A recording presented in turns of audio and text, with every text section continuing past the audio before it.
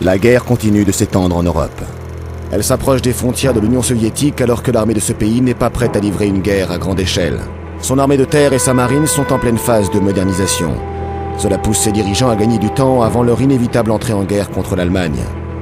Cependant, le 22 juin 1941, sans déclaration de guerre préalable, les Allemands violent le pacte de non-agression et franchissent la frontière.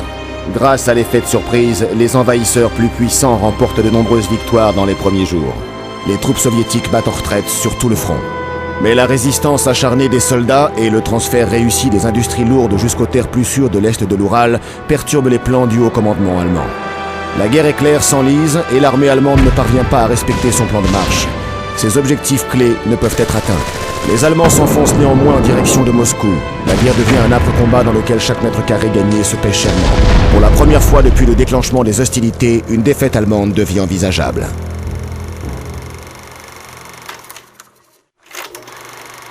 C'est pendant la ruée sur Moscou que l'équilibre des forces a commencé d'évoluer en la défaveur des forces de l'Axe.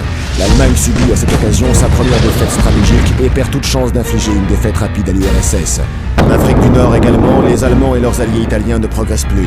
La marine italienne perd peu à peu la maîtrise de la Méditerranée, aggravant les problèmes de ravitaillement et d'acheminement des renforts pour l'Axe. Suite à l'attaque surprise du Japon à Pearl Harbor, les lignes de front se dessinent nettement. D'un côté, l'Allemagne, l'Italie et le Japon forment l'Axe et affrontent les alliés qui regroupent l'Union soviétique, la Grande-Bretagne et un nouveau belligérant, les États-Unis. L'entrée en guerre de ces derniers rééquilibre les forces en présence au détriment de l'armée allemande. Cependant, l'Allemagne dispose encore de l'initiative stratégique et est déterminée à vaincre définitivement l'Union soviétique.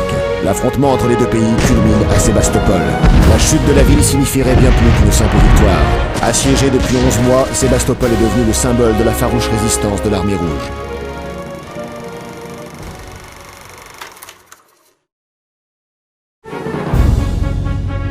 Les forces de l'Axe espèrent encore mettre à genoux le géant soviétique dans le combat de titans qui les oppose. La chute de Sébastopol provoque l'effondrement des soviétiques sur le front sud-ouest. Les Allemands écrasent toute résistance dans leur ruée sur Stalingrad. Le Japon lance une vaste offensive dans la zone centre-pacifique alors que Rommel s'efforce de déloger les Britanniques d'Égypte avec ses vétérans de l'Afrika Korps. Mais la résistance contre l'Axe se renforce sur tous les fronts. Brutalement, le cours de la guerre change complètement. Les 120 000 soldats de Rommel sont vaincus à El Alamein et provoquent la chute de la tête de pont allemande en Afrique. Le Japon perd 4 porte-avions, le fer de lance de sa marine, à Midway. Enfin, les Allemands connaissent une terrible défaite à Stalingrad qui leur coûte leur 6e armée de 600 000 hommes commandée par von Paulus. Le vent a tourné et les agresseurs sont partout acculés à la défensive.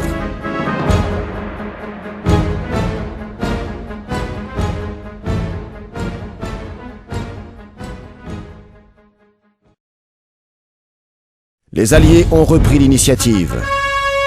De retentissantes défaites sanctionnent l'acharnement des Allemands à Koursk et des Japonais à Guadalcanal. Mais les nations de l'Axe, encore puissantes, lancent leurs dernières forces dans la bataille.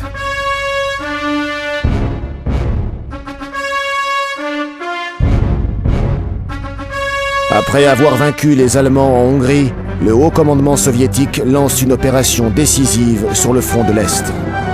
Les troupes soviétiques franchissent l'Oder puis encerclent Berlin en manœuvrant simultanément vers le sud et le nord.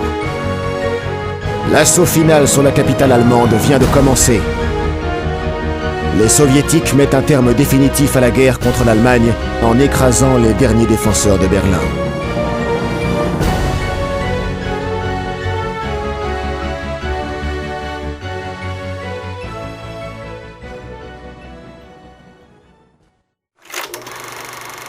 Après avoir vaincu les Allemands en Hongrie, le haut commandement soviétique lance une opération décisive sur le front de l'Est.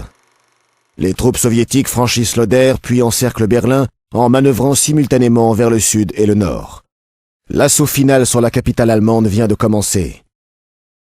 En dépit de la farouche résistance allemande, les soviétiques parviennent à hisser le drapeau rouge au sommet du Reichstag.